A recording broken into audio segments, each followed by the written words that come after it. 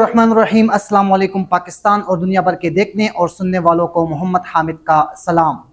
नाजरीन, जो शख्सियत आज हमारे पास मौजूद है ये किसी तारीफ़ का मुहताज नहीं और पाकिस्तान तहरीक इंसाफ के अदना कारकुन ख़ुद को कहते हैं, लेकिन अदना कारकुन कहने के साथ साथ ये पाकिस्तान तहरीक इंसाफ के एहतजाज जलसों में और इमरान खान के लिए आवाज़ बुलंद करने के लिए, उसके बाद इसके ऊपर जो पुलिस की तरफ से रवैया इख्तियार करते हैं और इनको जितनी गिरफ्तारियां हुई है, मुझे लगता है कि पाकिस्तान तहरीक इंसाफ के किसी भी कारकुन को आज तक इतनी गिरफ्तारियां नहीं हुई। ये मोहतरमा शुमाइला हैदर साहिबा हैं जो कि हर एहतजाज में, हर जलसे में, हर कार्नल मीटिंग वो पाकिस्तान तहरीक इंसाफ का चाहे जहाँ पे भी हो वहाँ पे मौजूद होती है।